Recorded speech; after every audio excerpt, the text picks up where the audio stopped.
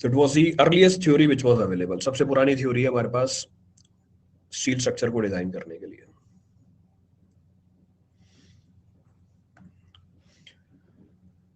Note करो फटाफट.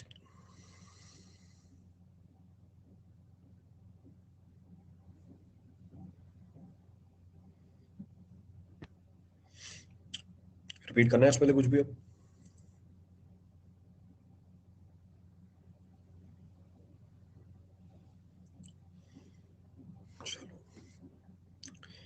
Next of the theory, residual मतलब बचा हुआ स्ट्रेस.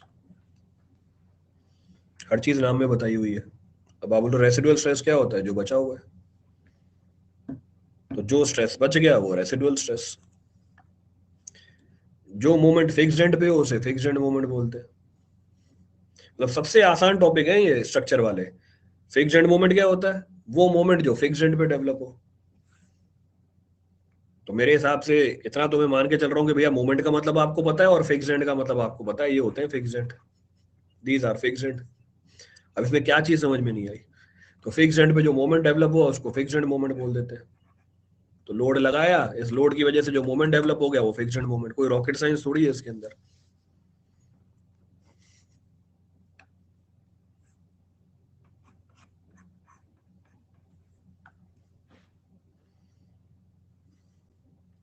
नोटेड. अब इसके बाद दूसरी थ्योरी आई. ये तो फिर भी चली थी कम से कम 25-30 सालों के लिए. वीक हूं, अंग्रेजी में वीक हो. मतलब मैं भी समझना चाहता हूं किस में वीक हो, किस चीज में वीक हो. अंग्रेजी में. तो मेरे हिसाब से फिक्स्ड एंड का मतलब पता होगा. स्टील डिजाइन में वीक हो तो वो तो अभी खत्म भी नहीं, अभी तो चालू भी नहीं हुआ. अभी तो वही तो बताया, अभी तो एक पेज भी नहीं खत्म किया मैंने. अभी तो एक पेज भी खत्म नहीं किया. स्टील का तो कुछ चालू ही नहीं हुआ. तो सर वीक हूं तो मैंने तो बोला फिक्स्ड एंड मोमेंट. तो भैया जो फिक्स्ड एंड है उसे फिक्स्ड एंड बोलते हैं भैया. फिक्स्ड एंड पे जो मोमेंट डेवलप हुआ उसको फिक्स्ड एंड मोमेंट बोल देते हैं. अब इसमें किसमें वीक और स्ट्रांग हो?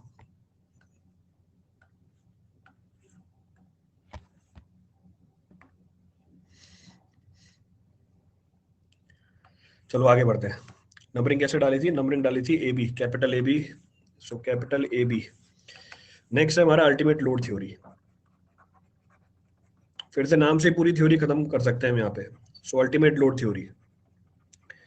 एज ई नेम सजेस्ट, जैसा नाम बोल रहा है, इसको प्लास्टिक मेथड भी बोलते हैं.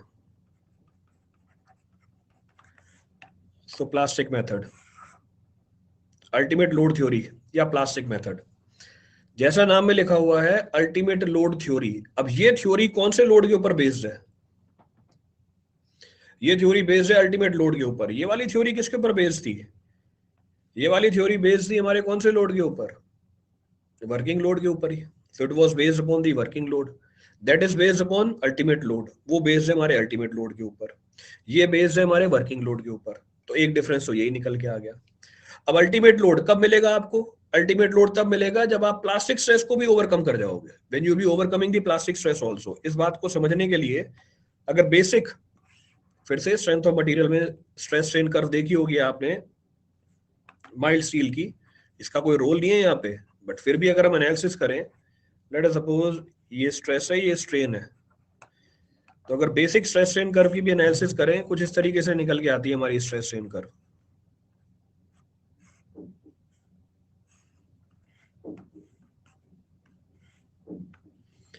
This is the stress strain curve.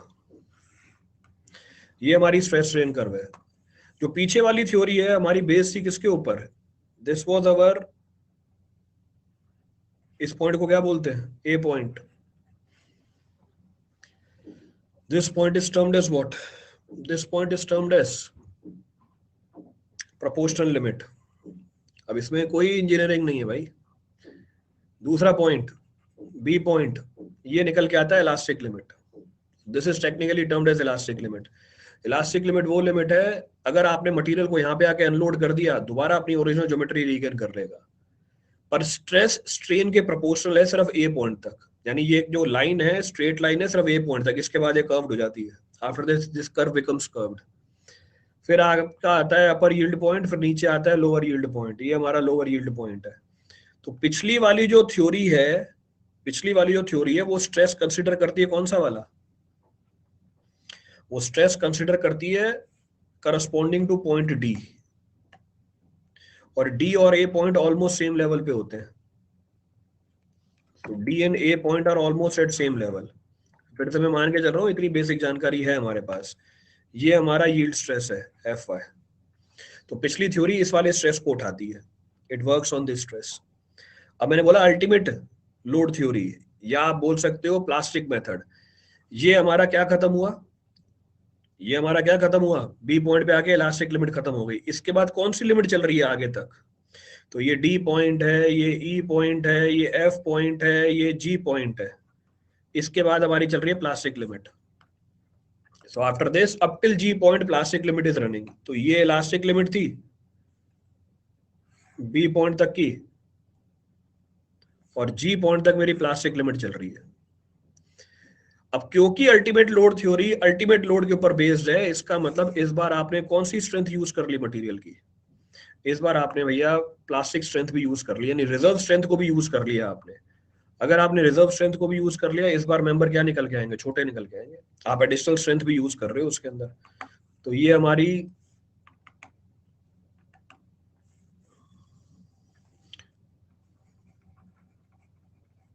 Elastic stage है, ये हमारी प्लास्टिक स्टेज है, जैसे जबर प्लास्टिक स्टेज। फिर से बेसिक बना के दिखा दिया मैंने। तो अब जो मैं थ्योरी की बात कर रहा हूं वो कौन से लोड पे काम करता है? इस जी वाले लोड के काम करता है। कहने का मतलब है आपने मेंबर को लोड किया तब तक जब तक आप कहां नहीं पहुंच जाते, जी वाले पॉइंट तक नहीं पहुंच जाते। इसको मैं टेक्निकली क्या बोल दूंगा? ये फ्रैक्चर पॉइंट है हमारा। सो बिल्कुल फ्रैक्चर पॉइंट है। So G point is termed as fracture point. F point क्या कहलाता है? एफ पॉइंट क्या कहलाता है हमारा? Ultimate point. तो ये हमारा अल्टीमेट पॉइंट है। So this is termed as ultimate. तो फिर से थोड़ी बहुत जानकारी होनी चाहिए, बाकी एप्लीकेशन कहीं भी चाहे होगी वहां पे डायरेक्टली बता दूंगा इस समय। तो अभी हमने क्या डिस्कस किया? Ultimate load theory. Ultimate load theory काम करता है अल्टीमेट लोड के ऊपर। इस बात का मतलब ये हुआ इस थ्योरी में आपका मेंबर सेफ कब होगा? इस थ्योरी में आपका मेंबर सेफ तब तक होगा जब तक जो आपकी लोड है वो हमेशा किससे कम रहे? जब तक जो आपकी लोड है वो हमेशा किससे कम रहे? अल्टीमेट लोड से कम रहे। जो भी अप्लाइड लोड है वो अल्टीमेट लोड से क्या रहनी चाहिए? कम रहनी चाहिए। बेटा वो स्ट्रेस है, वो लोड नहीं है। अब फिर बोलोगे समझ में नहीं आता, लिखा तो है स्ट्रेस है, मैं अभी लोड की बात कर रहा हूं। तो आप मेंबर को तब तक लोड कर सकते हो जब तक उसकी वैल्यू किससे छोटी नहीं आ जाए? अल्टीमेट लोड से छोटी नहीं आ जाए। पीछे हमने कौन सा लोड कंसीडर किया? वर्किंग लोड कंसीडर किया। इस बार मैं क्या करूंगा? इस बार लेट अस सपोज मेंबर के ऊपर लोड लग रहा है 100 न्यूटन। पिछली बार आपने 100 न्यूटन ही कंसीडर किया लोड को। लोड को डिवाइड कर दिया एरिया से, ये वर्किंग लोड था, डिवाइड कर दिया एरिया से, कौन सी स्ट्रेस मिली? कौन सी स्ट्रेस मिली? वर्किंग स्ट्रेस मिली। और वर्किंग स्ट्रेस को आपने किससे छोटा रखा? वर्किंग स्ट्रेस को आपने किससे छोटा रखा? परमिसिबल स्ट्रेस से छोटा रखा। और परमिसिबल स्ट्रेस क्या थी हमारी? Yield stress divide by factor of safety. तो ये पिछली वाली थ्योरी लिखी हुई है। अब ये वाली थ्योरी क्या बोलती है कि जो भी आपका लोड लगा आपके मेंबर के ऊपर, जो भी आपका लोड लगा मेंबर के ऊपर, वो अल्टीमेट लोड से क्या होना चाहिए? कम होना चाहिए। तो लोड कितना लग रहा था मेरा? 100 न्यूटन का लोड लग रहा था। इस बार 100 न्यूटन लोड के ऊपर फैक्टर ऑफ सेफ्टी लगाई, और इसको मैंने छोटा रखा किससे?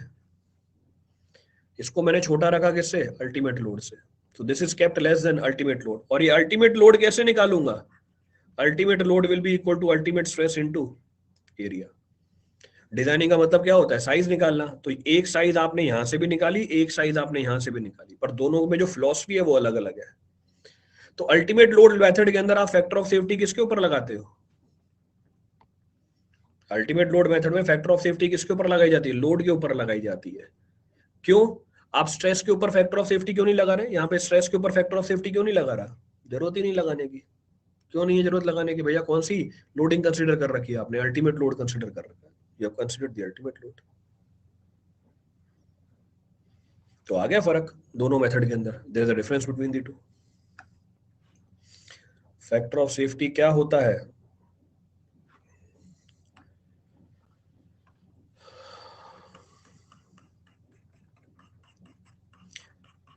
अगर मेरे स्ट्रक्चर के ऊपर लोड लग रहा है 100 न्यूटन का, मैं मान के चल रहा हूं लोड लग रहा है 200 न्यूटन का, लग रहा है 100 न्यूटन का लोड, मैं मान के चल रहा हूँ 200 न्यूटन का लोड लग रहा है, मैंने फैक्टर ऑफ सेफ्टी ले ली 2। इस बात का मतलब ये है कि जितना लोड एक्चुअल में लग रहा है, अगर उससे दुगना लोड भी लगने लग जाए तब भी मेरा स्ट्रक्चर सेफ रहेगा। तो जितना लोड लग रहा है एक्चुअल में, अगर उससे दुगना भी लगने लग जाए, तो ये दुगना क्या था, मेरा फैक्टर ऑफ सेफ्टी था। This is the factor of safety that I have considered. तो इस कर्व की जरूरत तो है नहीं, बट स्टिल समझाने के लिए इसको मैंने बना के दिखा दिया। तो खत्म हो गई हमारी इलास्टिक थ्योरी और प्लास्टिक थ्योरी, दोनों थ्योरी खत्म हो गई। अब जो लिमिट स्टेट मेथड आता है वो इन दोनों थ्योरी को क्लब कर देता है। It clubs both the theory. कहने का मतलब है लिमिट स्टेट मेथड के अंदर we apply the factor of safety over the load also, we apply the factor of safety over the stress also. यानी दोनों के ऊपर फैक्टर ऑफ सेफ्टी अप्लाई की जाती है। We apply the factor of safety on both. इसका मतलब इन दोनों से अच्छी थ्योरी निकल के आती है। कहने का मतलब ये हुआ कि पिछली वाली थ्योरी में आप क्योंकि लोड के ऊपर फैक्टर ऑफ सेफ्टी नहीं लगा रहे थे, इशू था। इस वाली थ्योरी में आप फैक्टर ऑफ सेफ्टी किसके ऊपर नहीं लगा रहे हो, स्ट्रेस के ऊपर नहीं लगा रहे हो। अब आपने स्ट्रेस के ऊपर फैक्टर ऑफ सेफ्टी नहीं लगाई, इस बात का मतलब ये थोड़ी है कि जितना स्ट्रेस आपने माना उतना ही मिलेगा। बिल्कुल सही बात है, उससे कम स्ट्रेस भी तो हो सकता है। आपने बोला कि जो स्टील है उसके अंदर अल्टीमेट स्ट्रेस है 100 न्यूटन पर एमएम स्क्वायर। ये आपने निकाला कैसे अल्टीमेट स्ट्रेस? टेस्ट परफॉर्म करके। वे परफॉर्म द टेस्ट। अब कौन सा टेस्ट है बताया जाएगा आपको स्ट्रेंथ ऑफ मटेरियल में। जब एक कर्व बनाई जाएगी टेस्ट बताएंगे वो आपको कि कैसे ये अल्टीमेट स्ट्रेस निकाला जाता है। तो आपने टेस्ट परफॉर्म किया और बोला अल्टीमेट स्ट्रेस है 100 न्यूटन पर एमएम स्क्वायर, एक्चुअल में था 80, इन एक्चुअल इट वाज 80। आपने इसके ऊपर फैक्टर ऑफ सेफ्टी लगाई नहीं थी, क्या हुआ, स्ट्रक्चर फेल हो गया आपका। तो इसमें भी ड्रॉबैक है। Here also there is an issue. कहने का मतलब है जब हम स्ट्रेस कैलकुलेट कर रहे होते हैं मेंबर के ऊपर, तो उसमें भी तो गलती हो सकती है। अब क्योंकि उसमें गलती हो सकती है तो उसके ऊपर भी क्या लगाना चाहिए था मुझे, उसके ऊपर भी फैक्टर ऑफ सेफ्टी लगानी चाहिए थी। अब रट मत लेना कि फैक्टर ऑफ सेफ्टी से मल्टीप्लाई होता है। सर पीछे आपने बोला कि 100 न्यूटन का लोड लग रहा है, फैक्टर ऑफ सेफ्टी थी 2। इसका मतलब अगर 200 न्यूटन का भी लोड लगा तब भी मेरा स्ट्रक्चर सेफ होगा। अब रट लिया इस बात को। अब मैं बात कर रहा हूं स्ट्रेस की। अगर मेरी अल्टीमेट स्ट्रेस है 100 और अगर मैं इसके ऊपर फैक्टर ऑफ सेफ्टी लगाऊं 2 का अगर फैक्टर ऑफ सेफ्टी लगाया, मैं अल्टीमेट स्ट्रेस कितना मान के चलूंगा, 50 न्यूटन पर एमएम स्क्वायर मान के चलूंगा। मैं ये मान के चलूंगा कि इसमें जो अल्टीमेट स्ट्रेस है 50 न्यूटन पर एमएम स्क्वायर की है। तो रट मत लेना सर फैक्टर ऑफ सेफ्टी तो मल्टीप्लाई कर देते हैं हम सर, यहाँ पर आपने डिवाइड क्यों कर दिया। तो वो समझना पड़ता है फैक्टर ऑफ सेफ्टी किसके ऊपर अप्लाई कर रहे हो, where you are applying the factor of safety. ये आ गया दूसरा, स्ट्रेस में डिवाइड, लोड में मल्टीप्लाई। और अगर मुझे वाटर डिमांड निकालनी हो उसमें, वहां पे तो ना स्ट्रेस है वहां पे ना लोड है, फिर क्या करोगे, डिवाइड करोगे मल्टीप्लाई करोगे। फिर अब बोलोगे समझ में नहीं आता, वीक है इसके अंदर हम। अगर मुझे वाटर डिमांड निकालनी हो वहां पर तो ना स्ट्रेस है वहां पर तो ना लोड है, फिर अब रटो उसको भी बैठ के, उसको भी बैठ के रटेंगे। फिर ऐसे करते करते हम 50-60 चीजें आएंगी, सबको बैठ के रटते रहेंगे। फिर दूसरे दिन भूल जाएंगे सर, फिर हार्ड हो गया सर, बहुत हार्ड है सब्जेक्ट, पता नहीं चलता कभी मल्टीप्लाई हो जाता है कभी डिवाइड हो जाता है।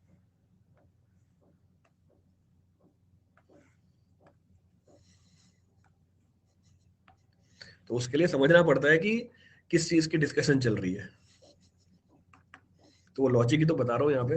अभी क्या डिस्कस कर रहा था, लॉजिक ही तो बता रहा था कि भैया ये मत समझ लेना कि मैंने पहले केस में 2 से मल्टीप्लाई किया तो कंक्लूजन 2 हो गया। इसलिए क्या बोला था, रुको, जिस चीज को बनने में इतने साल लग गए, समझना है 2 मिनट में थोड़ी आ जाएगा। 2 मिनट में कंक्लूजन नहीं आता है कि फैक्टर ऑफ सेफ्टी से मल्टीप्लाई होता है। उसके लिए पूरा सब्जेक्ट निकालना पड़ता है, धीरे धीरे फिर अंडरस्टैंडिंग डेवलप होती है उसकी। सो अल्टीमेट लोड थ्योरी डाल दो सारे पॉइंट्स इसके अंदर। अल्टीमेट लोड थ्योरी के अंदर हमने क्या किया, पहला पॉइंट, तो पहला point, in this method what we do, so in this method the designing is done,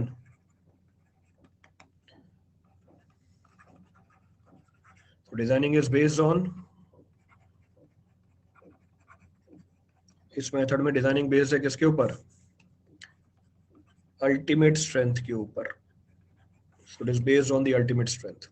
FU use किया था पीछे एग्जांपल के अंदर मैंने। Next point of reference, next point says this method of design This method of design is based on failure condition rather than working condition. ये जो method of design है वो किसके ऊपर बेस्ड है? फेलियर कंडीशन के ऊपर. क्या बोला था हमने कि अगर 100 न्यूटन की जगह 200 न्यूटन का भी लोड लग जाए, आपका मेंबर क्या कर जाएगा? फेल कर जाएगा. पर पीछे आपने कौन सा लोड कंसीडर किया था? 100 न्यूटन का लोड कंसीडर किया था, वो वर्किंग लोड था. यहाँ पे कौन सा लोड उठाऊंगा मैं? यहाँ पे वो लोड कंसीडर करूंगा जिसपे मेरा मेंबर क्या कर जाए? फेल कर जाए. तो ये मेथड ऑफ डिजाइन बेस्ड है किसके ऊपर? फेलियर कंडीशन के ऊपर रेदर देन वर्किंग कंडीशन के ऊपर. ठीक है. सो यहाँ पे फेलियर का मतलब क्या है? Here failure means what? यहाँ पे फेलियर का मतलब लार्ज डिफॉर्मेशन. तो ये फेलियर का मतलब क्या होता है? Large deformation. फेलियर का मतलब ये नहीं कि स्ट्रक्चर आपको गिरते हुए देखेगा नीचे. तो जब मैं बोल रहा हूँ कि मेरा स्ट्रक्चर यहाँ पे फेल हो गया, इस बात का मतलब ये है कि उसमें डिफॉर्मेशन का एक्सटेंट बहुत ज्यादा निकल के आ गया. तो फेलियर इंप्लाइज व्हाट?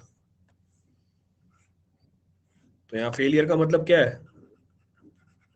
या कोलैप्स या लार्ज डिफॉर्मेशन. उसको अलग से हाईलाइट करके दे दिया. Large deformation. डिफॉर्मेशन अलग अलग तरह की हो सकती है. डिफॉर्मेशन में भी of different ways. Large deformation. तो जरूरी नहीं है स्ट्रक्चर आपको कोलैप्स होते हुए दिखे. उसमें डिफॉर्मेशन भी आ गई तब भी हम क्या मान लेंगे? हम ये मान लेंगे कि स्ट्रक्चर फेल कर गया. ठीक है, ये बात भी समझ में आती है. ये बात भी समझ में आती है. नेक्स्ट इसमें डिजाइन फिलॉसफी लिखे अब. So will say in this method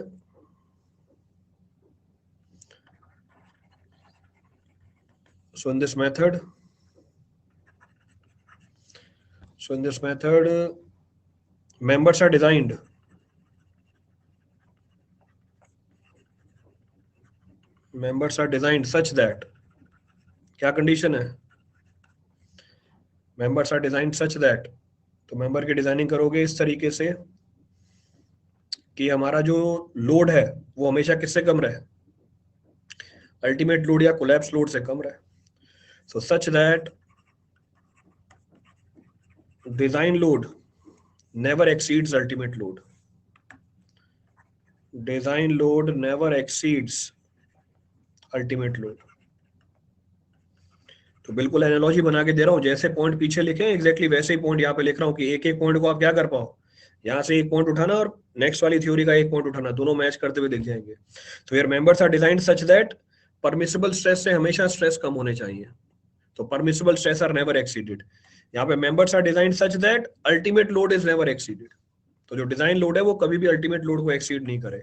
अब डिजाइन लोड कैसे निकालोगे आप? तो पहले हमने लिखा डिजाइन लोड, ये हमेशा कम होना चाहिए किससे? Design load should always be less than ultimate और you can say collapse load. पीछे हमने परमिसिबल स्ट्रेस की वैल्यू लिखी थी, यहाँ पे डिजाइन लोड की वैल्यू लिख सकते हो. डिजाइन लोड कैसे लिखोगे? डिजाइन लोड लिखोगे working load. So we'll say that is working load multiplied by what? Factor of safety. Example लेके बता दिया था पीछे आपको. So multiplied by factor of safety should be less than what? Ultimate load or collapse load. ये इसकी principal निकल के आ गए. This is the principle of this theory. Load or collapse load. तो यहाँ पर फैक्टर ऑफ सेफ्टी किसके ऊपर लगाई है आपने? लोड के ऊपर लगाई. पीछे फैक्टर ऑफ सेफ्टी किसके ऊपर लगाई? स्ट्रेंथ के ऊपर लगाई या स्ट्रेस के ऊपर लगाई, कुछ भी बोल सकते हो. It is one and the same thing. तो उसका फायदा क्या है? क्योंकि इसमें रिजर्व स्ट्रेंथ यूज करी है आपने, तो उसमें साइज क्या निकल के आ जाएगा? छोटा निकल के आ जाएगा. So will say since in this method reserve strength is used. Reserve strength of the material is used. Reserve strength of material is used. इसमें साइज क्या निकल के आ जाएगी? So reserve strength of the material is used. It results in what?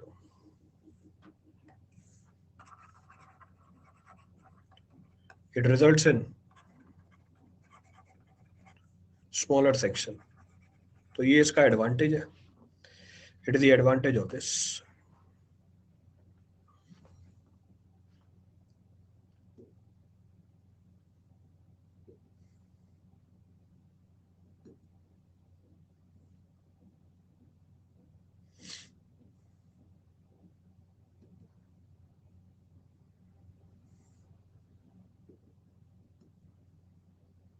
Done.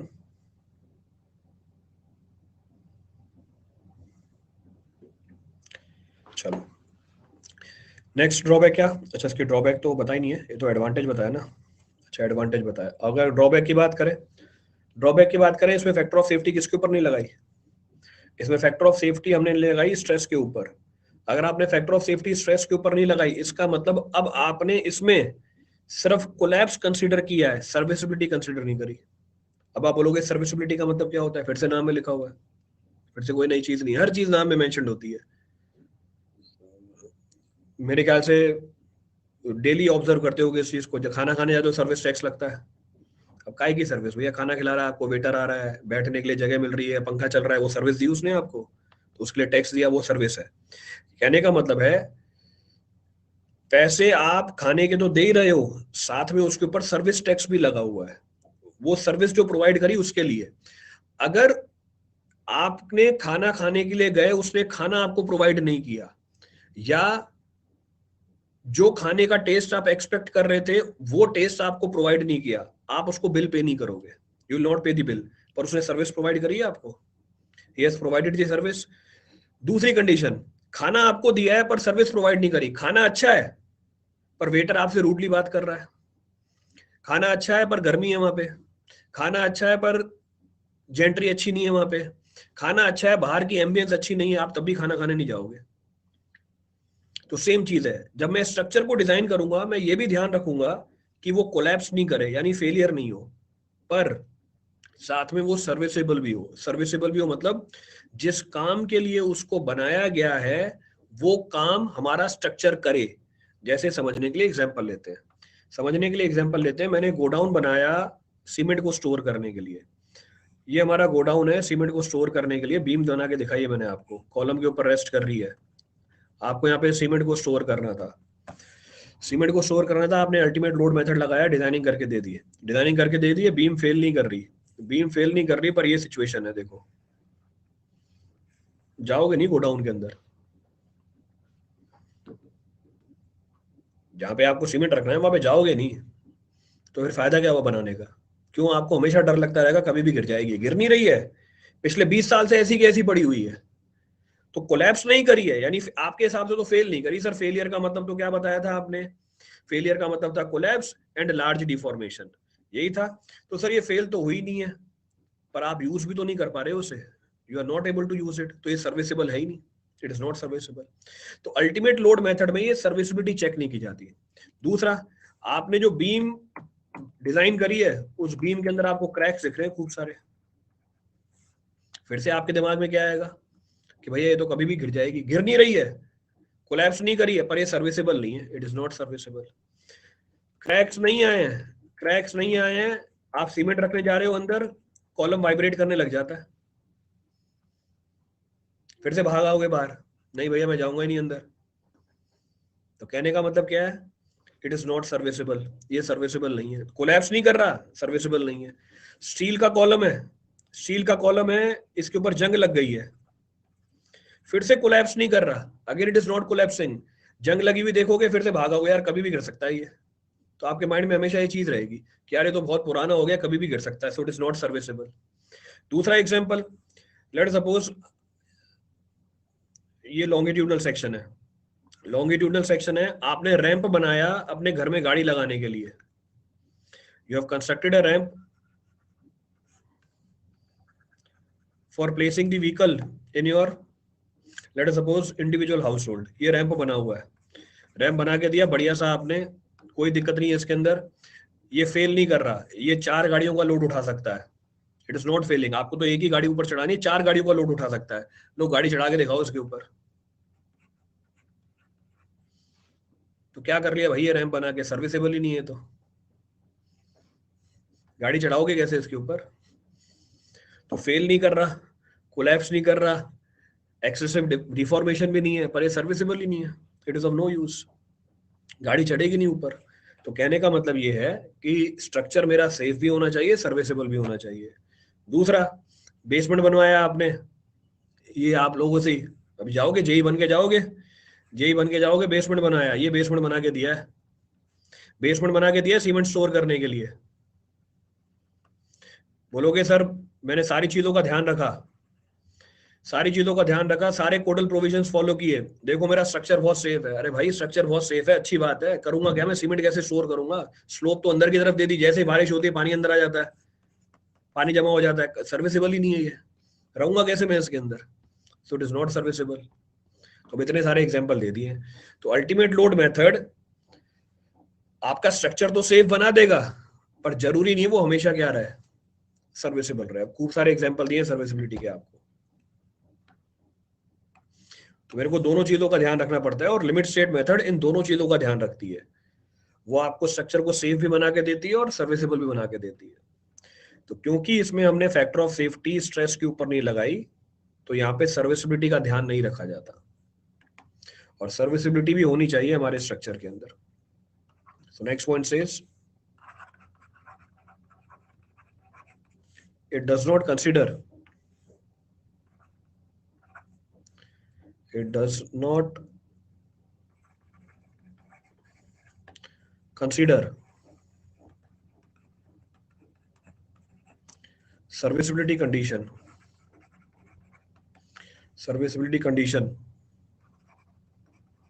while designing।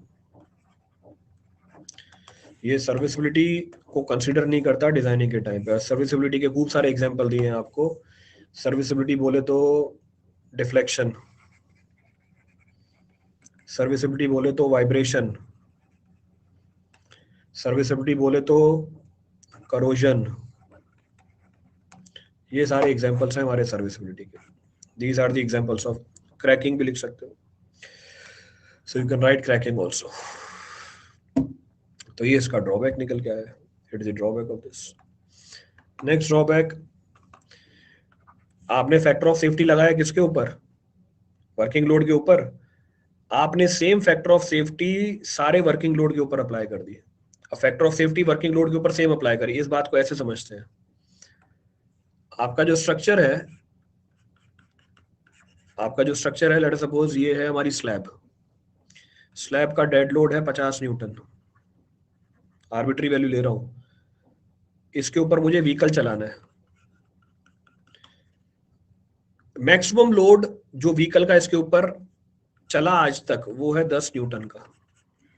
अब जरा खुद तसल्ली से सोच के बताओ, फ्यूचर में आपकी जो स्लैब है इसका डेड लोड बढ़ सकता है? फ्यूचर में क्या जो आपकी स्लैब है इसका डेड लोड बढ़ना तो दूर की बात है, कम हो सकता है वेयर एंड टेयर की वजह से। बढ़ना तो दूर की बात है, कम हो सकता है वेयर एंड टेयर की वजह से। या हो सकता है कोई और, आपने बगल में कंस्ट्रक्शन कर दी, लेट सपोज आपने कर्व बना दिया, कर्व भी समझते होगे, आपने इसके ऊपर कर्व बना दिया, मीडियन बना दी, लेट सपोज मीडियन बना दी, कर्व बना दिया, उससे लोड बढ़ जाता है, ठीक है बढ़ेगा, मैं इसके ऊपर फैक्टर ऑफ सेफ्टी लगा दूंगा। बात करते हैं व्हीकल की। आज के टाइम पे जो सबसे भारी व्हीकल है, फ्यूचर में भी क्या सबसे भारी व्हीकल उतना ही रहेगा? नहीं। देखा होगा आपने अपनी पूरी लाइफ टाइम में, 20-25 सालों में, कि आपने व्हीकल्स की इवोल्यूशन होते हुए देखी होगी over a period of time. तो कहने का मतलब है इस लोड के एक्सीड होने के चांसेस क्या है? बहुत ज्यादा है। इस लोड के एक्सीड होने के चांसेस क्या है? बहुत कम है। आपने दोनों के ऊपर सेम फैक्टर ऑफ सेफ्टी लगा दी 2, तो दोनों के ऊपर फैक्टर ऑफ सेफ्टी लगेगी, पर दोनों के ऊपर सेम फैक्टर ऑफ सेफ्टी नहीं लगेगी। तो ये मेथड क्या करता है, सारे लोड के ऊपर सेम फैक्टर ऑफ सेफ्टी लगा देता है। तो ड्रॉबैक है इस मेथड का, it is the drawback of this method. अब समझाने के लिए एक एग्जांपल लिया था, लोड तो खूब तरह के होते हमारे पास, करेंगे आगे एक एक करके। तो next point says it considers all the loads to be acting simultaneously, all the loads to be acting simultaneously. Acting simultaneously with same load factor. Load factor का मतलब फैक्टर ऑफ सेफ्टी. तो ये सारे लोड को same factor of safety से apply करा देता है हमारे स्ट्रक्चर के ऊपर, जबकि ऐसा प्रैक्टिकली पॉसिबल नहीं. यानी सबकी फैक्टर ऑफ सेफ्टी क्या होनी चाहिए?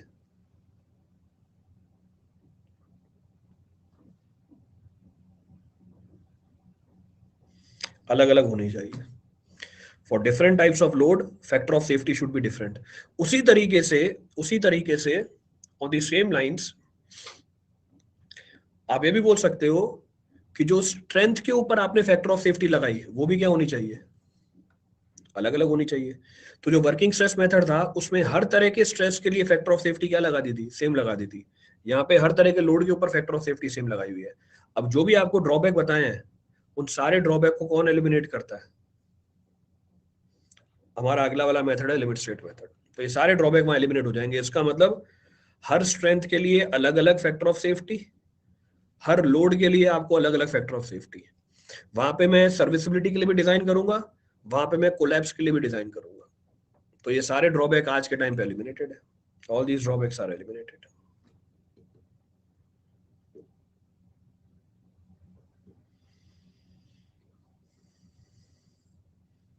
क्लियर है?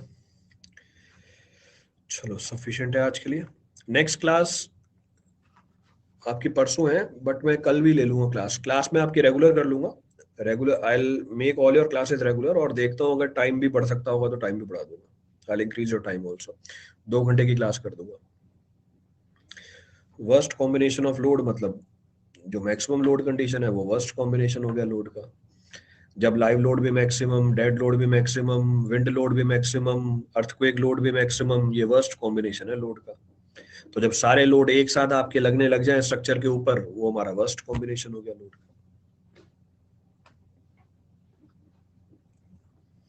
क्लियर? चलिए, थैंक यू एवरीवन.